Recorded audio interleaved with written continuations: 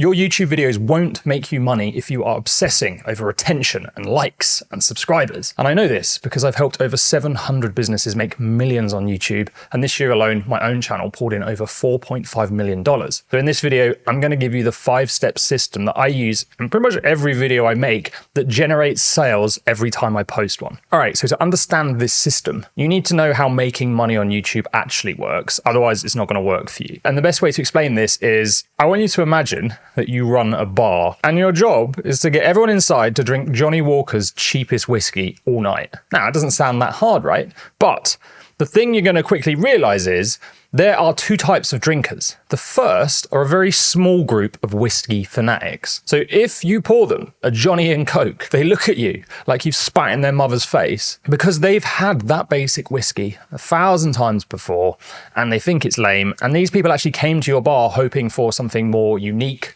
with real depth. And the moment you don't give them that, they leave. And then the second type of drinker, these are the complete opposite.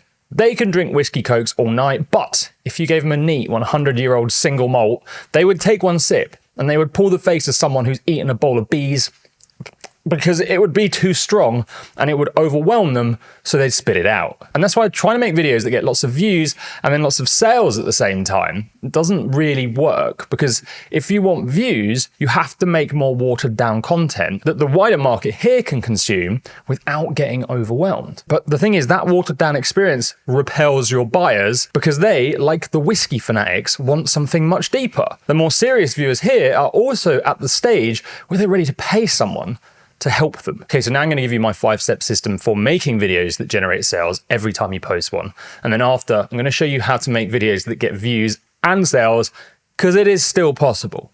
All right, so step 1 of this system works like this.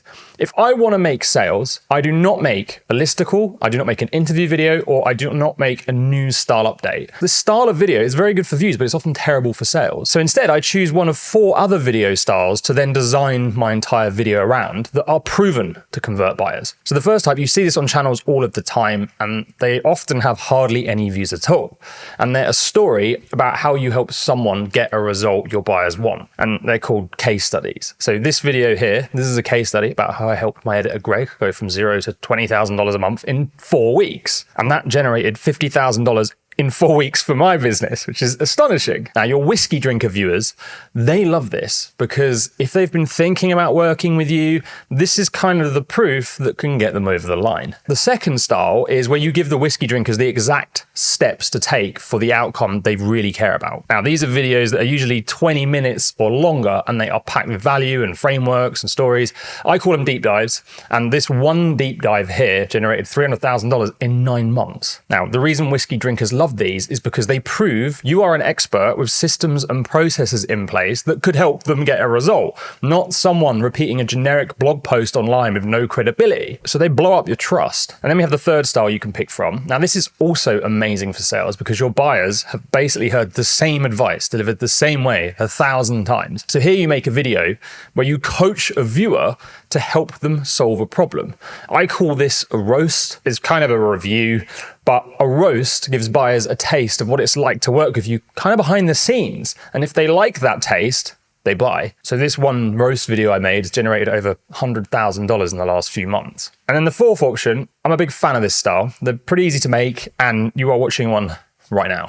They're what I call a short process video, and all you do is lay out a 5-step process people can follow to get a result they want. And some of my best short process videos have generated over $100,000 in the last 12 months. Now, your whiskey drinkers, they like these because it gives them a very quick fix to a specific problem. So step 1, all you do before you make your video is you work out the style of video you're going to produce, because the data is overwhelmingly clear. Some styles of videos are more mass market friendly and get you views, and some formats buyers love and get sales. So you want to pick the right type for the job. And then once you've chosen the right video style, you move on to step 2, which is all about using the right title to attract the right viewer. Now, to make this simple, what I want you to do is think of your audience as moving through a funnel where people discover you at the top, then they watch your videos, then they move deeper down it, and when they get to the bottom, it means they have made a purchase. And this funnel is kind of split into 2 halves. The top half is full of viewers that are known as problem aware.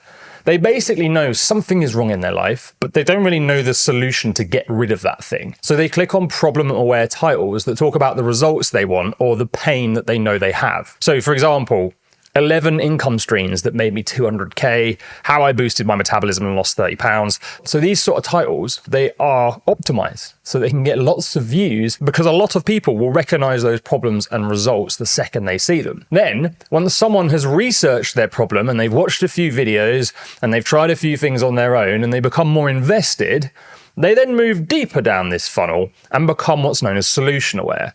So these viewers now click on content that promises the exact fix they think they need. So for example, this video is about breaking generational curses, and this video is on a tutorial for green screen lighting.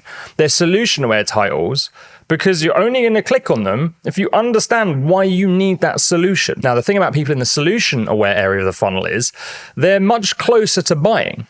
So the basic rule here is if you want views, use problem-aware titles because simply just more people understand the value of them. And if you want sales, use solution-aware titles because these people are way more invested and closer to buying. The thing is, there is something that makes this a little bit more complex. So let's go one level deeper. What you will find is sometimes solution-aware videos can get huge amounts of views, like this video from Nero Knowledge. So not that many people are going to understand what that title means, but clearly there was a big enough demand for it. So what you have to do is you have to test both types of titles and then look at which ones are bringing you views and which ones are bringing you buyers. And you might get lucky and find that one of them does both. You then move on to step 3, which kind of builds on what we've just learned, but this time we apply similar thinking to the content itself. So most businesses make videos that can't generate sales because they try to solve the broadest, the most obvious problem, the ones the Johnny and Coke drinkers really care about. So when the serious buyers click on their video about weight loss and they get told point number 1 is to exercise and eat less, they're like, yeah, we know that, duh, because they've already studied the topics and they've tried all the basics. So generic problems really turn them off. So instead, what you do is this. So this video here got 15,000 views, but it generated $60,000 in sales because the very first problem I called out was something only a buyer would recognize. Now, just to fill you in on what it was, the problem I discussed was known as warm audience depletion. And you only really ever experience that after you've launched a product and you've made a huge amount of money. And then a few months later, you're almost back to zero and you're left going, hang on a sec, what's going on? So the moment the Jack and Coke viewers hear that, which is the mass market, they leave, and my retention takes a hit. But the whiskey drinker buyers, they are hooked because suddenly they get hit with the exact problem they have that they've probably been worrying about for ages. And then I explained it to them. And what was insane was when I posted that video, pretty much everyone who came in was saying, Ed, I'm so glad you made that. I didn't realize that was the problem. I've been stuck on it for ages. So that's the power of calling out buyer-specific problems in your content. So the rule for step 3 is if you want serious buyers, you have to call out the specific problems buyers are trying to solve but can't. And then step 4 of this system is where most businesses completely mess up. It kind of destroys all of the work we did in steps 1 to 2. And that's mainly because a lot of people hear that your potential buyers, they want depth in a video. And that makes them think, oh, cool, let me just dump everything I know into one video. But that doesn't work because whiskey drinkers, they don't want to walk into a bar and down 2 liters of the stuff. It would completely wipe them out. And the same happens with your audience. If you hit them with too much information, too fast, without any structure, potential buyers get incredibly overwhelmed. And when you do that, your credibility then drops and they are less likely to trust you and to want to work with you. So the real job of step 4 isn't to cram in every detail you know, it's to work out what's the right amount of information to include in a video so that by the end, the viewer's sitting there thinking, wow, this is actually so much simpler than I thought. I think I can do this. And when you get that reaction, you inspire them, and an inspired viewer becomes a buyer. A confused viewer does not. Which moves us on to step 5 of the system and the part that can wreck your entire video and it can make you look like a dog. Because most people think they have to beg viewers to buy their thing with some sort of dramatic pitch in their video. So they suddenly switch tone and start selling, and then they break all of the trust they've built with the viewer. But if you've done steps 1 to 4 properly, you don't need to pitch. The buyers will be so inspired, they'll sell themselves. Their natural next step is to go, how do I work with them? So you just put your link under your video to your offer with a simple call to action. And so long as your content is rocking, that'll happen. All right, so now let's just address the elephant in the room. Does this mean you have to sacrifice your channel growth to make sales? Well, no. You can actually have both still, but there's a certain way of doing it. So here's how I structure my channel to get both views and sales. So all I do is this. Some videos I optimize for buyers, and I only really track the business metrics they generate, like clicks, emails, calls, sales, and leads. Like this video right here is about email marketing. And I know most people just do not care about email. They don't want to do it. They don't even like it. So it's going to put off a ton of people. But I know that my best clients want that. And that video generated a huge amount of sales as a result. And then I have some videos that I optimize for views, meaning I don't really care about the business metrics as much. I just want new people to find it. So this one here, for example, it was just 40 short lessons. The video is problem aware. The advice is really simple. It never really goes into too much depth. It's very fast paced. It's a dopamine creating video. So it's just one quick lesson after the next, after the next. So it works in the same way as keeping people hooked on a short form platform. And it's very easy to watch. So it gets more views. And then this one, I wanted more views. So I just made a contrarian video. And I knew that if I had a strong opinion about something, people would probably talk about it and comment and share. And it worked. James Smith, he made a response about it. And then that drove more people to the video. And then there was people on Instagram cutting it up and arguing with me, which then drove more people to my channel as well. So for every video, I asked myself one question.